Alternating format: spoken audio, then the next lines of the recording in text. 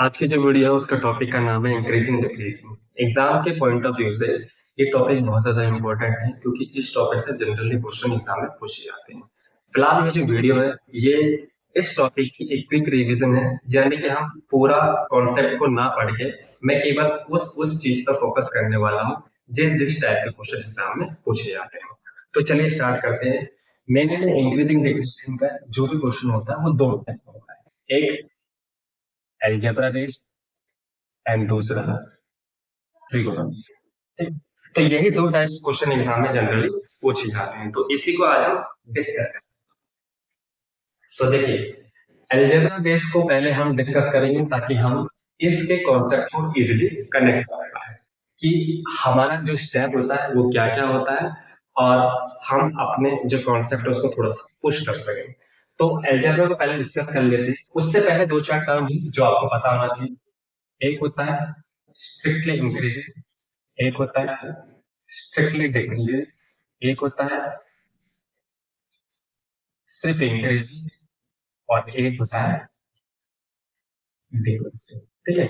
Strictly मतलब होता है F dash X greater than zero, strictly decrease मतलब होता है F dash X less than zero, F dash X equal to zero और greater than zero, F dash X less than और equal to. Strictly मतलब होता है function निरंतर continuously बढ़ता है। स्टेटिक डिक्रीजिंग मतलब होगा फंक्शन कंटिन्यूअसली डिक्रीज होता जा रहा है, और इंक्रीजिंग मतलब होगा इंक्रीज हो रहा है। एक पर्टिकुलर इंटरवल में वो कांस्टेंट हो गया, फिर इंक्रीज हो रहा है। और डिक्रीज मतलब डिक्रीज हो रहा है, एक पर्टिकुलर इंटरवल में ये कांस्टेंट हो गया और फिर डिक्रीज हो गया।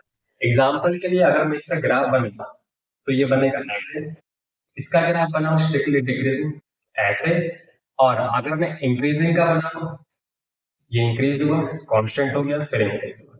डिक्रीजिंग की बात करेंगे, डिक्रीज हुआ कांस्टेंट हो डिक्रीज हो गया। तो इस टाइप के जनरली ये कुछ टर्म्स कंडीशंस है, लेकिन तरीका सब कुछ सेम होता है। तो आइए पहले हम अलजेब्रा टाइप के क्वेश्चन को डिस्कस कर लेते हैं ताकि आप कैसे करते हैं वो बता सकें। ठीक है। तो सबसे पहले हम स्टेप्स को जान लेते हैं। नंबर वन स्टेप जो होता है, पहले क्या होता है फंक्शन हमारे पास गिवन होगा, यानी कि फर्स्ट स्टेप होगा हमें से डेरिवेटिव करना है। फिर डैश बराबर जीरो रख करके यहाँ पे एक्स की वैल्यू निकालना है। फॉर एग्जाम्पल के लिए एक्स की वैल्यू दो आ ए और बी, यानी कि 2,3 मैंने एज्यूम कर लिया। दूसरा है हमें इसे नंबर लाइन टू और इस तरह नंबर लाइन प्लॉट करने के बाद थर्ड स्टेप होता है इसका इंटरवल। फॉर एग्जाम्पल के इंटरवल कैसे बनाओगे, माइनस इंफिनिटी से टू, टू से थ्री और थ्री से, इस तरीके से हम इंटरवल बनाते हैं। अब इंटरवल जो होगा वो हमेशा ओपन ब्रैकेट में होगा। इस इंटरवल में एग्जिस्ट करने वाली कोई भी वैल्यू हमें सीधा और सीधा किसके अंदर रखनी है, डेरिवेटिव। और हमें बताना है कि फंक्शन का साइन क्या है, यानी कि अगर इस पर्टिकुलर इंटरवल में से कोई भी एक वैल्यू मैंने डेरिवेटिव में पुट कर दी और फंक्शन का जो आंसर वो पॉजिटिव आ रहा है, इट मींस वो इंक्रीजिंग फंक्शन है। और अगर वो नेगेटिव आ रहा है तो डिक्रीजिंग। एक एग्जांपल से समझते हैं। एग्जांपल मैंने यहाँ लिख दिया 4x का क्यूब 6x स्क्वायर 72x 30। तो फर्स्ट स्टेप है हमें इसका डेरिवेटिव करना है, यानी कि 12x स्क्वायर 12x माइनस 72। अब मैं क्या करूँगा यहाँ से x की वैल्यू निकालूंगा जो कि आएगी x minus three, x plus two, ये फैक्टर कर दिया और x की वैल्यू आ गई 3 और माइनस। अब मैं क्या करूंगा इससे इंटरवल बनाऊंगा नंबर लाइन प्लॉट करके। ये भी मेरे पास नंबर लाइन माइनस इनफिनिटी से इनफिनिटी, माइनस पहले आया 3 बार। अब यहाँ पे मैंने इंटरवल बनाया माइनस टू से थ्री और थ्री से, ये मेरे पास एक इंटरवल है। अब मैं इनमें कोई भी वैल्यू एग्जिस्ट करने वाली कहाँ रखूंगा, डेरिवेटिव में रखूंगा, बस साइन चेक कर। मान लीजिए इसके बीच में मैंने तीन सोचा माइनस, तो माइनस का तीन आ रहा है तो ये माइनस का है और ये भी माइनस का है। It means minus minus plus, यानी कि इस पर्टिकुलर इंटरवल में फंक्शन क्या हुआ, इंक्रीज हुआ। अब मैं इसमें से कोई भी वैल्यू, इसमें मान लीजिए मैंने जीरो ले लिया तो ये माइनस आएगा और ये प्लस आएगा, यानी कि ये माइनस होगा क्योंकि माइनस प्लस माइनस होता है। इसके बीच में मैंने चार ले लिया तो चार पॉजिटिव ये भी पॉजिटिव, यानी प्लस। यानी कि इन दोनों इंटरवल में फंक्शन इंक्रीज होगा और इस पर्टिकुलर इंटरवल में फंक्शन डिक्रीज होगा। और मेनली बात आप कट टू कट इतना भी जान लीजिए कि अगर पहला इंक्रीज हुआ तो दूसरा 100% डिक्रीज हो फिर इंक्रीज। ये आपका टाइम कंज्यूम करने से बच जाएगा, आप टाइम इस तरीके से सेव कर सकते। तो ये तरीका है।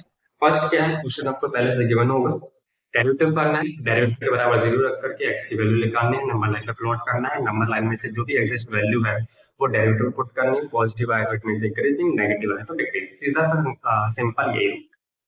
अब आइए एक हम ट्रिग्नोमेट्रिक वाला कर लेते हैं और इसको भी करने कर लेते हैं ताकि हमारा ये कॉन्सेप्ट वो एकदम क्लियर हो। ठीक है, तो यहाँ पर मैं क्वेश्चन भी समझाता हूँ ट्रिग्नोमेट्रिक टाइप का और आपको क्वेश्चन भी करा। ठीक है, तो मान लीजिए मैंने क्वेश्चन ये लिख दिया एफ एक्स क्या है, sine x plus cos x, और जो एक्स एक्स है वो एग्जिस्ट करता है 0 से 2 पाई। ट्रिग्नोमेट्री कोई भी क्वेश्चन होगा और ऐसे पहले से एक इंटरवल गिवन होगा, सो दैट आप इन्हीं के बीच में ये बताओ कि फंक्शन इंक्रीज हो रहा है या डिक्रीज हो रहा है। ठीक है, क्योंकि फंक्शन क्या होता है यहाँ पर पीरियोडिक होता है। तो सबसे पहला स्टेप है हमारे पास डेरिवेटिव करना और एक्स की वैल्यू देना, जो कि जनरली हम उसमें भी करते थे अलजेब्रा। तो यहाँ पर मैं डेरिवेटिव करूंगा तो क्या आएगा, cos x माइनस बराबर 0 को हो तो cos x equal to sin। अब यहाँ पर ये जो क्वेश्चन है वो साइन और कॉस के फॉर्म में होगा। सबसे पहला स्टेप आपको ये याद रखना है कि ये जो दो फॉर्म इसको आपको एक में कन्वर्ट करना है, ताकि आप वैल्यू निकालने में कोई भी कंफ्यूजन ना हो। फॉर एग्जाम्पल के लिए मैंने सबको कॉस से डिवाइड कर, तो ये आ गया 1 इक्वल टू x, यानी कि मैं सीधा कह सकता हूँ x की वैल्यू जब पाई/4 होगी यानी 10/, ये हमें दूसरे स्टेप होता है यहाँ पे एक्स की वैल्यू निकालने के बाद अब यहाँ पर नंबर लाइन बना करके हमें क्या करना है, इंटरवल की सेलेक्ट। अब बच्चे यही कंफ्यूज होते हैं, इस इंटरवल को कनेक्ट करने के लिए आपको मैं सीधा से आसान तरीका बता रहा हूँ। सबसे पहले आप इंटरवल बनाए 0 से 2 पाई, क्योंकि क्वेश्चन में बोला हुआ पाई। अब होता यह है कि जनरली ट्रिग्नोमेट्री की जो भी वैल्यू होती है वो रिपीटेड होती है, यानी कि tan अगर 1 आ रहा है पाई/4 पर, इसका मतलब है और भी बहुत सारी वैल्यू एग्जिस्ट कर रही है जहां पर tan 1 होगा, तो हमें वो सारी वैल्यूज निकालनी है जो कि पॉसिबल हो सकती है इस पर्टिकुलर इंटरवल। तो इसके लिए आप सीधा से ये याद कर सकते हो, यहाँ पे मैं बना दे रहा हूँ pi minus pi plus theta 2 pi minus 2 pi plus, ये आपने लेवल पढ़ा हुआ, यहाँ पर आता है ऑल पॉजिटिव, यहाँ पर साइन और कॉस है, यहाँ पर टेन और कॉस, और यहाँ पर आता है कॉस और सेक। ठीक है, मैंने लिए आपको ये बात कि आपका जो एफ डैश एक्स आया है वो क्या है, पॉजिटिव या नेगेटिव। अगर आपका एफ डैश एक्स पॉजिटिव है, ये बात आप ध्यान रख लो, यहाँ पर अगर आप ये बात समझ गए तो आपका क्वेश्चन कभी करते नहीं होने वाला। आपको क्या लगता है, अगर आपका एफ डैश एक्स पॉजिटिव आया तो आपको पॉजिटिव क्वाड्रेंट मिलेगा। क्या मेरी बात, अगर एफ डैश एक्स पॉजिटिव आया तो आपको पॉजिटिव क्वाड्रेंट लेना है, अगर एफ डैश एक्स नेगेटिव आया तो आपको नेगेटिव क्वाड्रेंट लेना है। ये बात याद है। तो यहाँ पर देखने पर मुझे पता चल रहा है कि मेरा जो डेरिवेटिव है वो पॉजिटिव है, यानी कि अब हमें वो क्वाड्रेंट लेना है जिसमें tan क्या होता है, पॉजिटिव होता है। वो कौन कौन सा क्वाड्रेंट है, थर्ड और, जिसमें tan पॉजिटिव होता है, फर्स्ट और सॉरी थर्ड और फर्स्ट। अब हम थर्ड की बात करते हैं तो थर्ड में क्या लेना है, पाई प्लस थीटा की वैल्यू क्या थी, पाई/4, यानी कि मेरी एक और वैल्यू क्या होगी, 5, यानी 5 पाई। यहाँ पर tan की वैल्यू क्या होगी, 1 होगी हमेशा। अब फर्स्ट के क्वाड्रेंट की बात करते हैं तो पाई प्लस थीटा होने वाला है, जो कि नहीं एग्जिस्ट करेगा। क्यों नहीं करेगा, क्योंकि इंटरवल 0 से 2 पाई है, मेरे को 2 पाई से बाहर नहीं लेना है, और यहाँ पर प्लस होगा, इसका मतलब है यहाँ पर जो भी वैल्यू होगी थीटा की वो हमेशा 2 पाई से आगे होगा, यानी कि मेरा जो इंटरवल है वो इसी के बीच में एग्जिस्ट करता है, यानी कि tan जो 1 होगा वो केवल इन्हीं दो पॉसिबल वैल्यूज पे होगा, इसके अलावा कोई और पॉसिबल वैल्यू एग्जिस्ट नहीं करती इस पर्टिकुलर इंटरवल। बस आपको ये बात ध्यान रखना है। अब क्या करना है, हर स्टेप वही है, इंटरवल बनाकर के मुझे चेक करना है। तो आइए इंटरवल बनाते हैं, 0 से और पाई/4 से 5 पाई/4 एंड 5 पाई/4 से, ये इंटरवल है। अब मुझे एफ एक्स अभी तो भैया आपने बताया कि यहाँ पर क्लोज ओपन ब्रैकेट था, यहाँ आपने क्लोज लगा दिया, तो देखिए यहाँ पर क्वेश्चन में जो लिखा हुआ उस हिसाब से क्वेश्चन में यहाँ पर क्लोज ब्रैकेट के लिए इंडिकेट करा हुआ है, क्योंकि यहाँ पर एक्स की जो वैल्यू है वो 0 से 2 पाई और 0 और 2 पाई भी इंक्लूड करनी है, इसलिए यहाँ अब हम क्या करेंगे, इन्हीं की वैल्यू इसमें पुट करके पता है, क्योंकि हमें डायरेक्ट है। अगर मैं जीरो यहाँ पे पुट करता हूँ तो ये cos 0 1 होता है और ये 0 हो जाएगा, यानी 1 माइनस 0 1, यानी पॉजिटिव।